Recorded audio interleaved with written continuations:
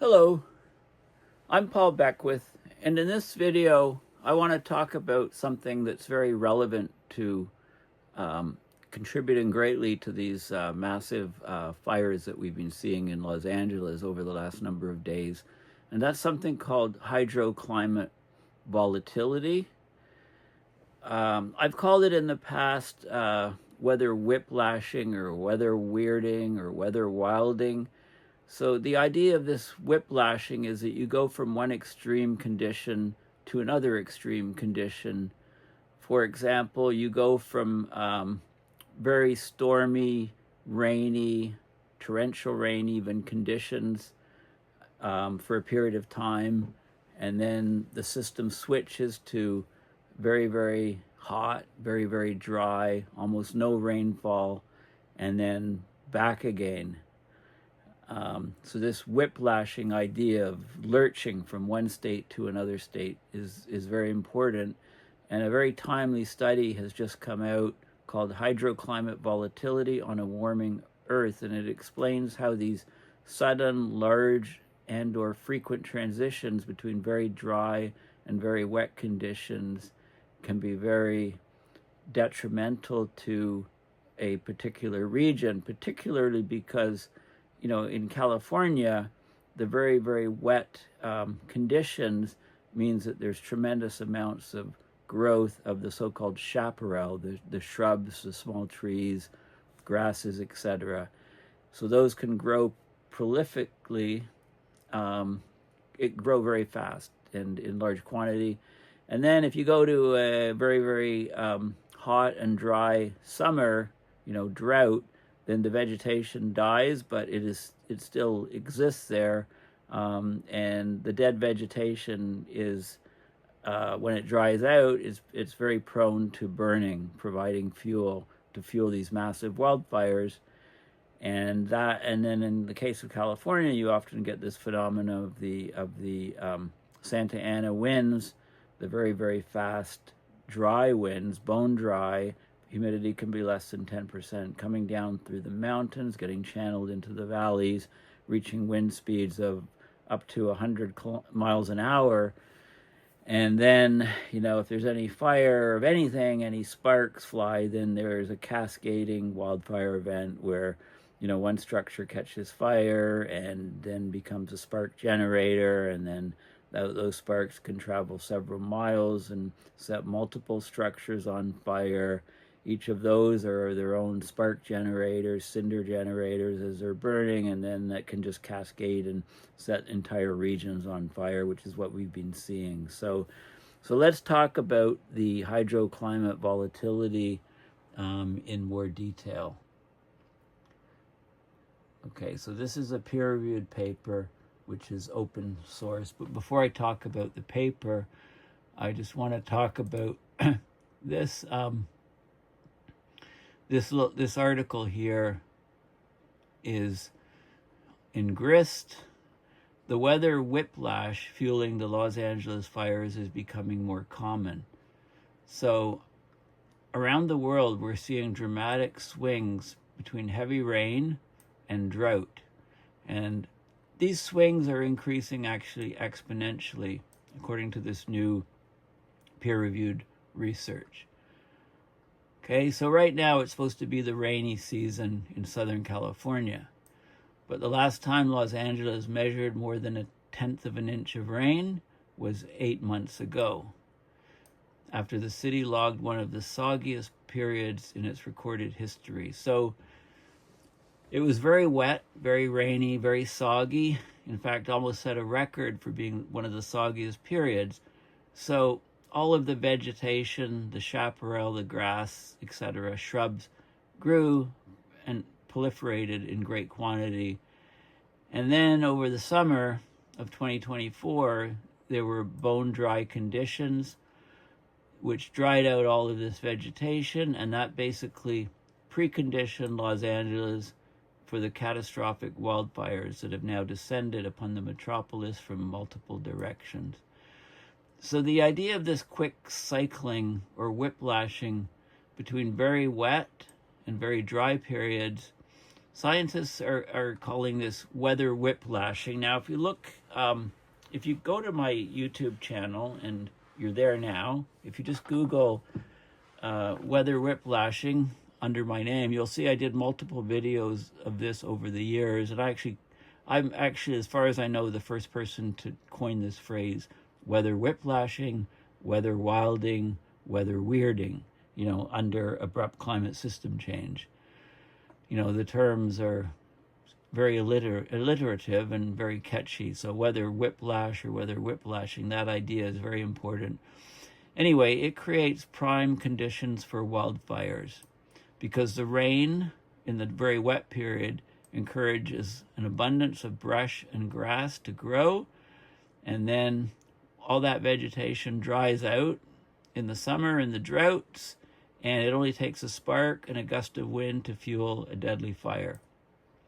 So this is what's happened in Los Angeles County this week when a fierce windstorm driven by the Santa Ana winds fueled the Palisades and Eaton fires, which have destroyed, I think the count is over 10,000 buildings now, over 10 people or so, and it's forced many tens of thousands of people to evacuate their homes. There were mandatory evacuations, and yeah, it's just crazy.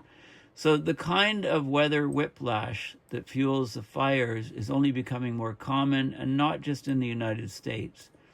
So very timely paper, an analysis in the peer-reviewed academic journal Nature Reviews, Earth and Environment, has found that rapid shifts between heavy rain, in fact torrential rain often, and drought, and vice versa, these are becoming more intense swings, more rapid swings.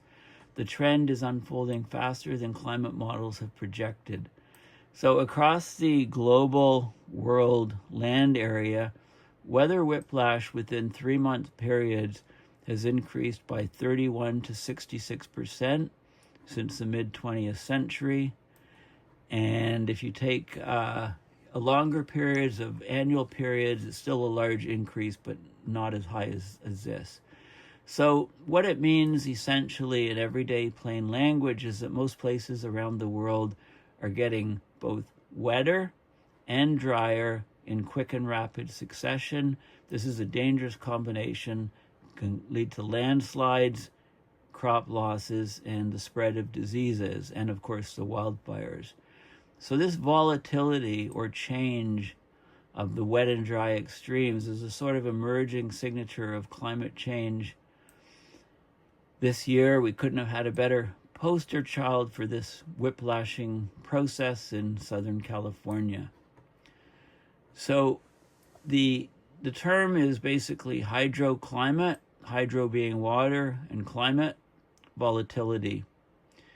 And they've developed an index, a way to measure it, how it's changed so far and how much worse it'll get in the future, as we go from 1 degree C to 3 degrees C to 5 degrees C of warming. They've modeled those different states, and they found that the swings between the very wet and very dry weather are rising exponentially for each passing fraction of a degree the globe warms. This is a big part of the reason why it really feels like climate change has accelerated. And the numbers are in for the warming for 2024, and both 2024 and 2023 set record levels of warming. And I've talked a lot about the connection of reduced sulfur and shipping fuels contributing to that great jump up in temperature. And I'll do separate videos on that. So they come up with a good analogy in this paper of the atmosphere to be like a kitchen sponge. It's becoming more and more absorbent as it warms. Okay, and then when you wring out this powerful sponge, which is bigger, the warmer it gets, the bigger the sponge is, it sends down heavier rains than before because it can hold more water. And then when the sponge dries out, it has even more capacity to suck up moisture from the soil and plants below, so the landscape gets parched. It turns into tinder. So they call this in this paper, they call this phenomena, the expanding atmospheric sponge effect. Okay, so it is a clever analogy. The paper's evidence was generally convincing. So these volatile swings between wet and dry patterns aren't unfolding uniformly across the world. Okay, so the Mediterranean, for example, is getting less rain than average, but the eastern United States is getting distinctly wetter. The expanding atmospheric sponge effect is happening everywhere, but changes in regional weather patterns can either counter some of these effects or amplify them. And I'll explain when I talk about the paper how that happens. So the regions with the biggest weather whiplash include a broad swath of land from northern Africa through the Arabian Peninsula into South Asia, high latitudes in Canada and Eurasia. So basically areas right near the tropics and also areas at high latitudes.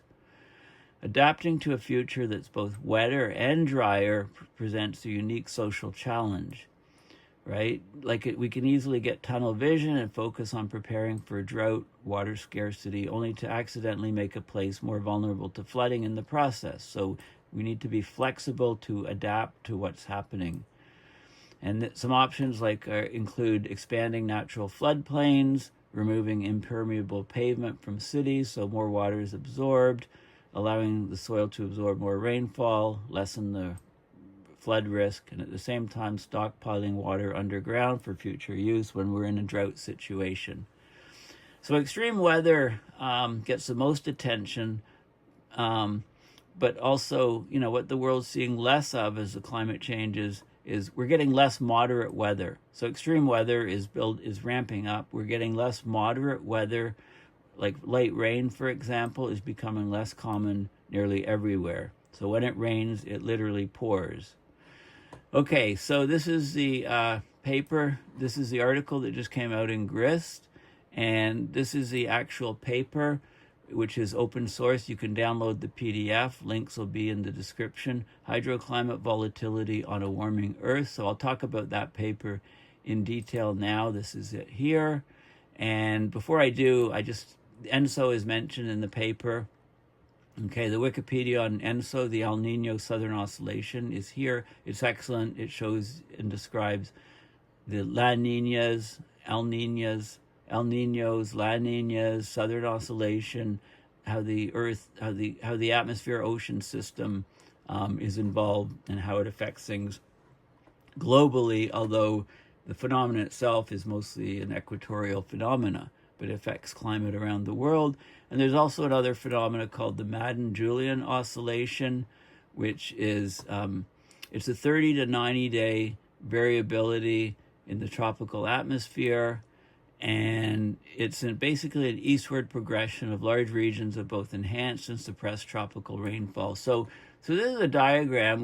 We're coming forward in time here, and this is the longitude, and you can see areas where this is outgoing long wave radiation, where it's high and where it's low. So very sunny in these areas, very cloudy in these areas, and you can see this thing kind of over time, it kind of moves to the east. You can see this thing, you can follow these tracks to the east, okay, of storm systems. And in a nutshell, basically it's like this. You've got an area where there's upward motion and clouds, and then the air turns over here, descends down here, so it's sunny and dry and hot here.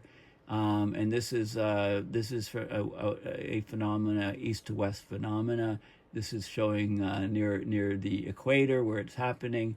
So you get very stormy and wet weather here, very hot and dry. So this is the pattern that you get, and then this whole system migrates to the east. So the uplift, the clouds move over here, and the dry areas move over, and that's how it generates this sort of pattern. Okay, so that's the MJO, which is a very significant phenomena.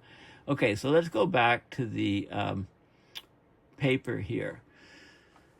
Okay, so this is a review article, and it just came out yesterday, January 9th, and it is very applicable to what's been happening in California. You know, how the conditions have been set to make these fires much, much worse. and how this is directly changing because of the warming Earth, climate change. Okay, so the abstract. So hydroclimate volatility, basically we're talking about sudden, large, and or frequent transitions between very dry and very wet conditions. So this paper looks at how this hydroclimate volatility will evolve with anthropogenic human-caused warming.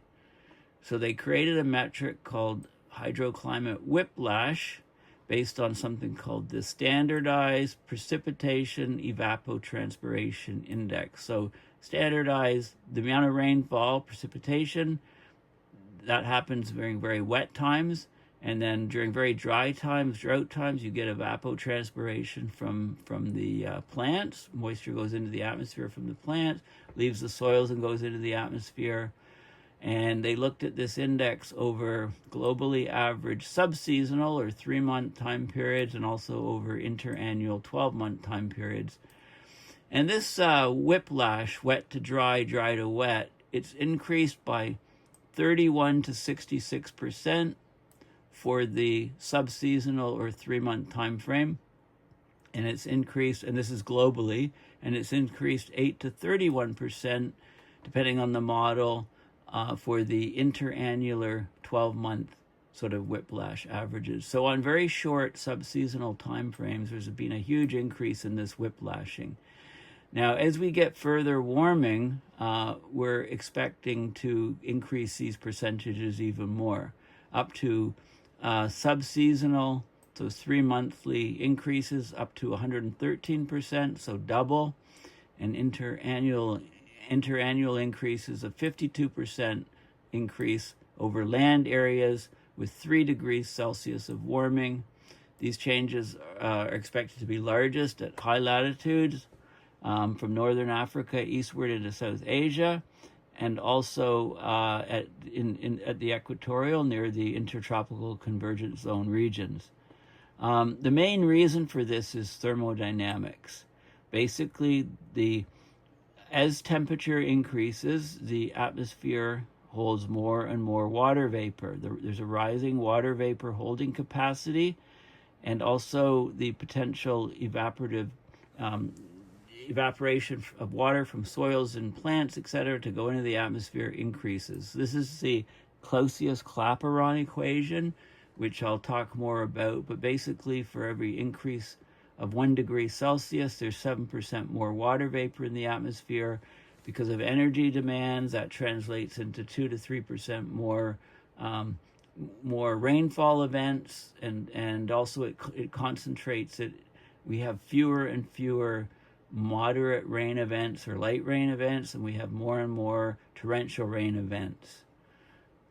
So this increase in the hydroclimate volatility amplifies hazards associated with rapid swings between wet and dry states. So that includes things like flash floods, wildfires, landslides, and disease outbreaks. It could accelerate a water management shift towards co-management of drought and flood risks. So we can't, when we try to harden infrastructure to deal with floods, we also have to consider what happened with droughts and vice versa, because we're often basically weather whiplashing from one to the other.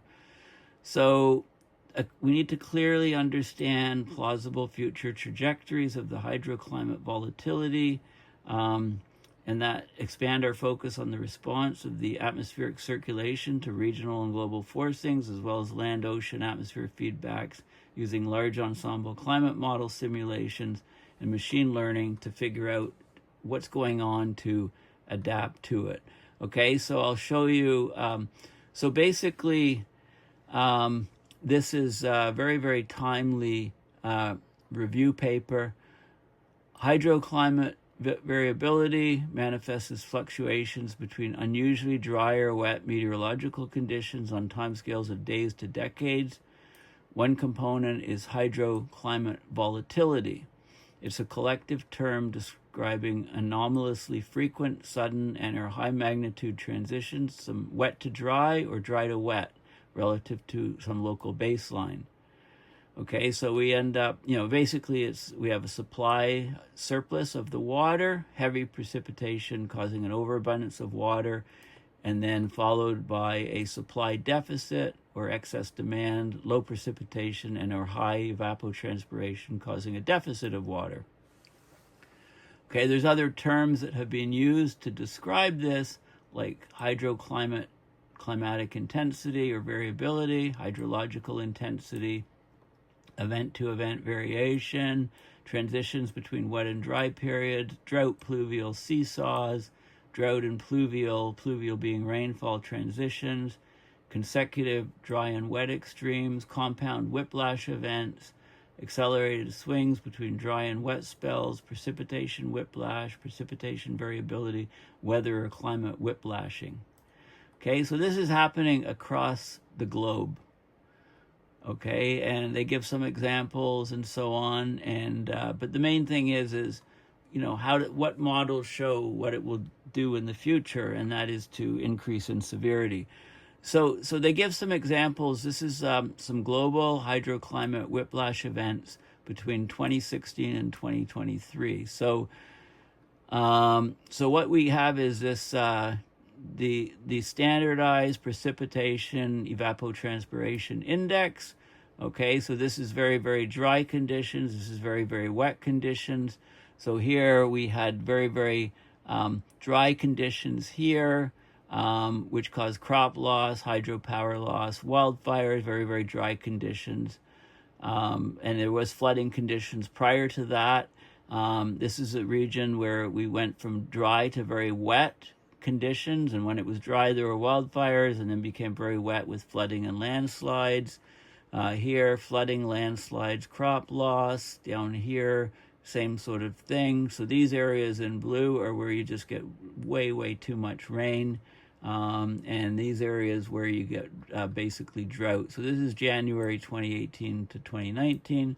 Very, very dry conditions. It was flooding with the wet conditions, and then it goes to dry, extreme heat, crop loss, with the occasional torrential rain event. Remember what we saw in Spain recently, China. So it's basically affecting all parts of the world, and it's getting worse. So the trends. So these are the trends in subseasonal 3 months or less whiplash. And this is the frequency of events per year. And so basically there's 3 different models. There's this model here, which is following, there's an average background here with error. And then there's what's been happening with a few other models, a European model and another model.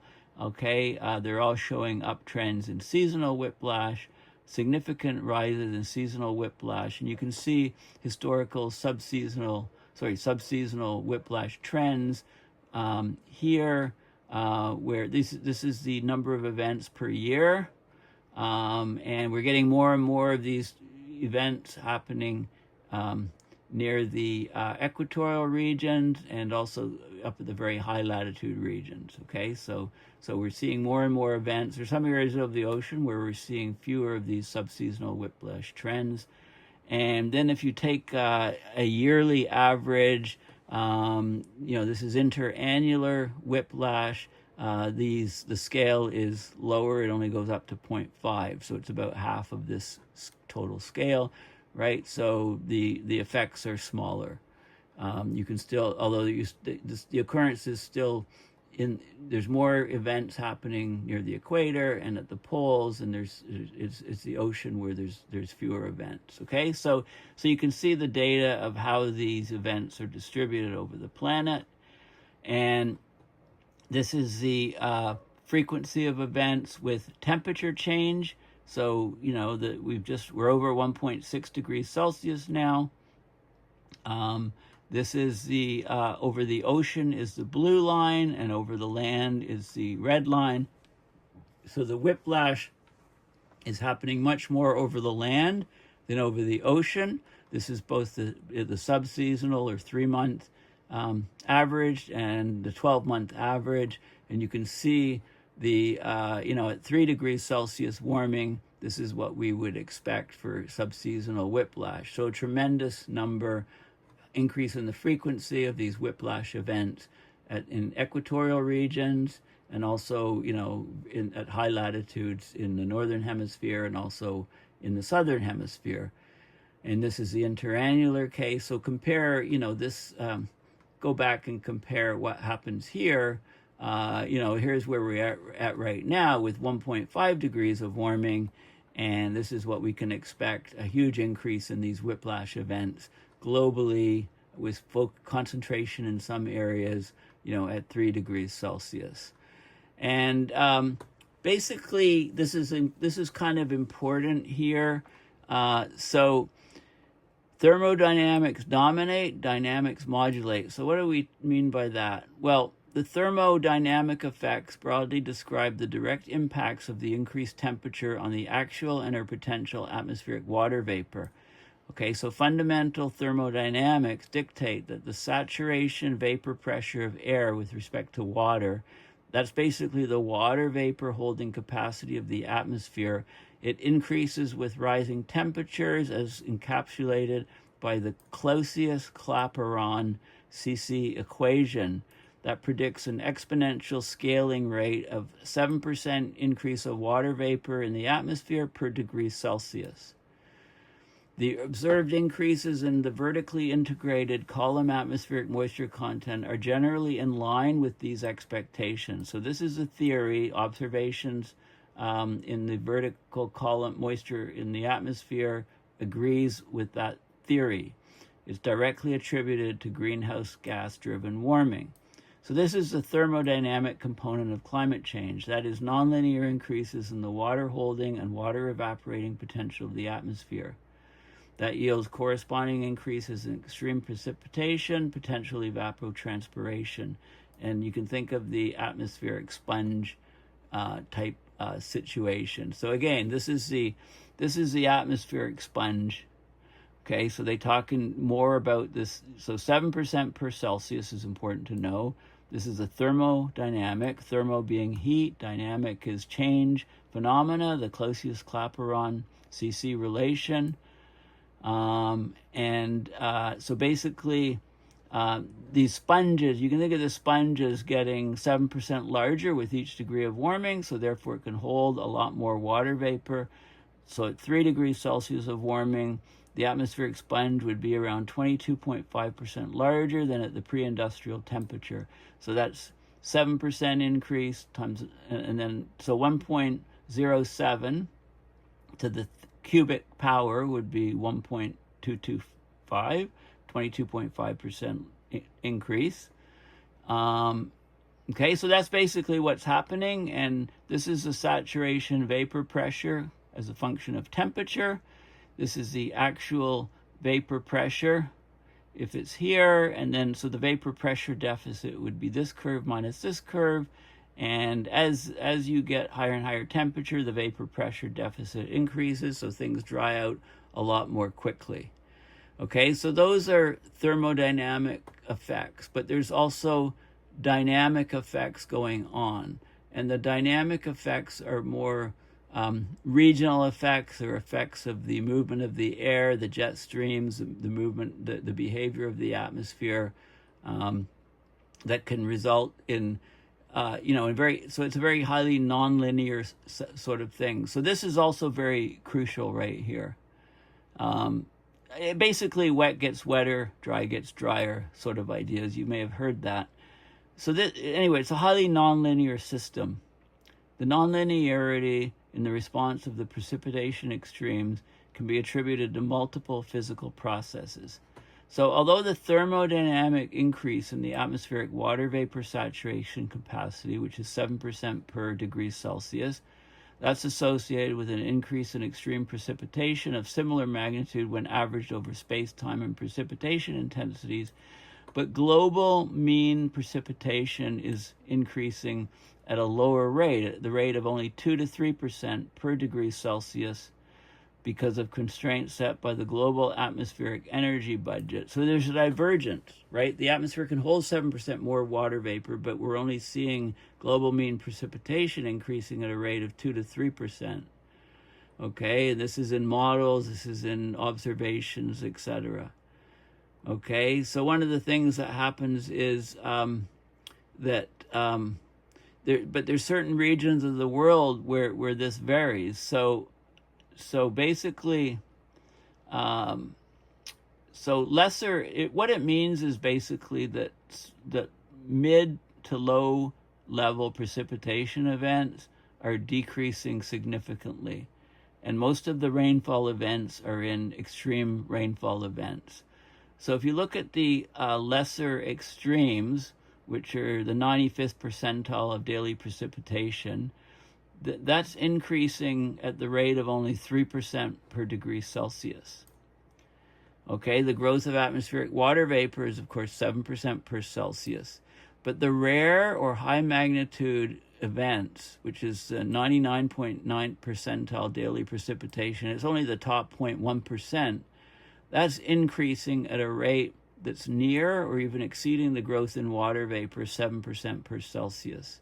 So we call these things super Clausius-Clapeyron events. They can substantially exceed the 7% per Celsius, especially when we talk about short duration, hourly to sub-hourly convective extremes. Okay, so the precipitation scaling on these very short time scales is as high as a 14% increase per Celsius. And we find that in the tropics, and also, it's a very high magnitude events elsewhere, for example, towards the poles. So these super Clausius-Clapeyron increases vary according to the underlying precipitation generating mode and storm characteristics. They depend on the atmospheric circulation, the jet stream, nonlinear effects related to the vertical profile of latent heat, and so on. Okay, so these things can all make the storms much more torrential and much more intense because they're at the very extreme type of events. And the opposite case occurs in the drought situations. We can lose a lot more water from the soils and the plants than we would expect. Plants dry out completely, and we run into big problems. So there's a lot more sort of things covered, but basically, we're seeing wet extremes like California a year ago, where we get flooding, landslides, debris flows, and then we get the dry extremes. We go from wet to dry. We get the drought in the summer, accelerated drying of the vegetation, we've had accelerated vegetation growth during the wet extremes, vector and waterborne disease outbreaks from very high runoff of pollutants. And then in the dry extreme, you get the drought, the vegetation all dries out, huge amounts of fuel for wildfires. There's reduced water availability or quality, so the pollutants get concentrated, and you run into problems. So the whiplashing is a huge, going from wet to dry to wet again to dry, and it can cause huge infrastructure damage, loss of life and property, crop failures, longer-term effects, ecosystem health down, food security less, public health and safety reduced. So these are all climate-driven factors from this whiplashing that we're seeing. So this is a very timely and very important paper, and it goes a long way to explaining how climate change has made it suddenly extremely difficult to live in LA in Southern California, and to behave as we are behaving, to build buildings out of wood, to have asphalt and tar roofs, to have buildings so clustered close together, to have mandatory evacuation orders, so whole regions are evacuated, so as soon as sparks appear from some building and spread, whole entire neighborhoods can be razed and knocked to the ground. I think it's very important that we really need to reconsider everything that we're doing, to look at models of volunteer firefighters in Australia, for example. The public needs to be trained on basic firefighting and have equipment. There's lots of swimming pools in LA and other places. What's wrong, if you have a multi-million-dollar house and a swimming pool, what's wrong with spending a couple grand to get a pump and hoses running to sprinkler systems on your roof and having those activated whenever the Santa Ana winds are blowing, and certainly if a fire is approaching your place, and if people are trained to protect their property and place, and if that was done on a large scale. I'm saying, metal roofs and buildings out of cement, and, a lot of structures were destroyed, probably 10,000 plus. When those things are rebuilt, assuming they're going to all be rebuilt, how about putting metal roofs on them, having airtight windows and doors so cinders can't get inside, having non-flammable materials for the walls and the structures, and having your swimming pool as a source of water with sprinkler and dousing systems to ensure that this doesn't happen the next time we get Santa Anas and increased hydroclimate variability. We have to do things differently because the nature bats last. Humans aren't doing a very good job right now, and we're making the problem of climate change worse all the time. So anyway, thank you for listening. Please consider going to paulbeckwith.net and donating at PayPal to support my research and videos. Thank you for your support. Thank you for watching these videos. Thank you. Please spread them far and wide on social media. And also realize, I get an awful lot out of doing these videos because in order to talk about these things, I have to, read an awful lot of scientific peer-reviewed papers and try to connect from one to the other. And so there's a huge learning process for me that I do prior to presenting these videos, and I hope I can convey lots of good information to yourselves that you can use in a practical fashion to not be surprised by when climate change throws these weird and weather weirding, wilding, weird stuff at you. And there you can actually take steps. Humans have some agency to actually make sure that their own personal environments and neighborhoods, etc., are more resilient to the ravages of climate change. We're all going to need this as we move forward into the future. So thanks again for listening, and bye for now.